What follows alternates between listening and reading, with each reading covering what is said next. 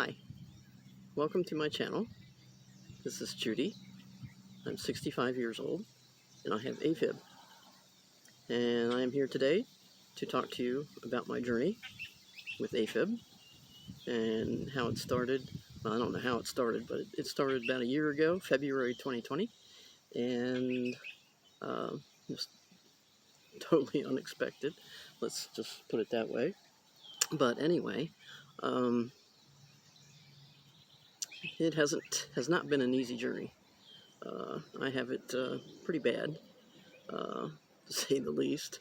But it started about, like I said, February 2020, and I ended up in the ER in the middle of the night, and my heart was just racing, just really racing. And when they started checking me out, my heart was beating at the rate of 162 beats a minute, which was pretty darn fast. So essentially my heart was running a marathon, and I was becoming really tired because of that. And they checked me out, and they started me on an IV drip. I forget the name of the medication, but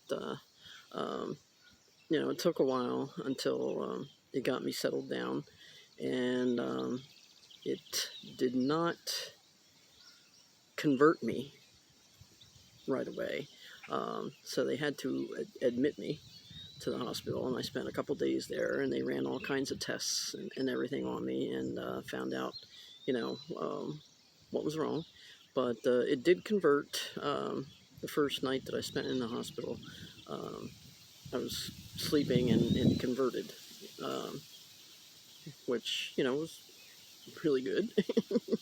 But it's just, that was the start of my journey.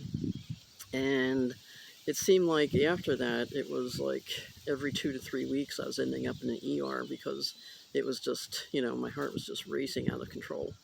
And so I went to the ER. And last year, for the year, I'd say I had gone to the ER slightly over a dozen times, which is crazy. And I ended up being admitted maybe 6 times. Like I said, it's just crazy. For a while there, it seemed like I was in the hospital more than I was out. There was even one point in time where my heart was racing. I went to the ER, and my heart was racing at 158 beats per minute. And so they kept me for a couple days. So they discharged me on a Tuesday. I went home. I was, relaxing at home. And then Thursday morning, I ended up back in the ER again, and my heart was racing 156 beats a minute. So it's crazy. It's just crazy. And it's like, well, what brings this on? How does AFib happen? And there's a lot of different answers on that, if you want to call them answers.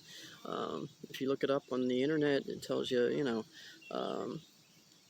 if you have high cholesterol, if you have high blood pressure, if you have other heart issues, if you have had a heart attack, if you're obese, if you're this, that, and the other thing, it's a whole like laundry list of things, and stress is chief among them. And I feel that that's what started mine out with stress. I work at a stressful company.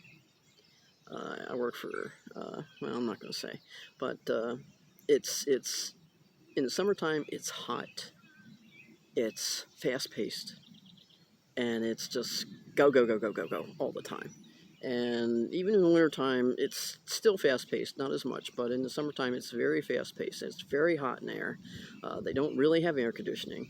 And it just, it's just stressful. And then you have individuals working there that also add to the stress. I have some haters in at work, and it's like, well, whatever. I try to ignore them. Sometimes not always successful, but that adds to the stress. And which I'm looking at changing all that. So I'm hoping to change that soon. But if you don't fully understand everything, if you don't fully understand the doctor's explanations, um, what I can tell you to do is to look on the internet. There's a lot of websites out there to go to. A lot of them are pharmaceutical companies, which I do not recommend really looking at their websites, because they're pushing their medications. Um, what I advise is going to mayoclinic.org. I love going to their website. They explain everything in great detail. It's just a wonderful site to go to. So, but anyway, so that's what I recommend. Um, I go there frequently. I try to be my own best advocate for my health, especially in this situation. Um, I mean, doctors and nurses at the hospitals and the doctor's offices, I mean, they're really nice, don't get me wrong. But they just kind of give you like an overview, and they give you information. They give you pamphlets and handouts and, what have you. But I recommend looking on the internet and, finding out for yourself.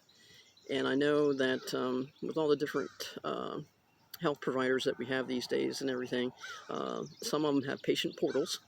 And every time you have a test done, go to your patient portal, look for the results of the test or tests.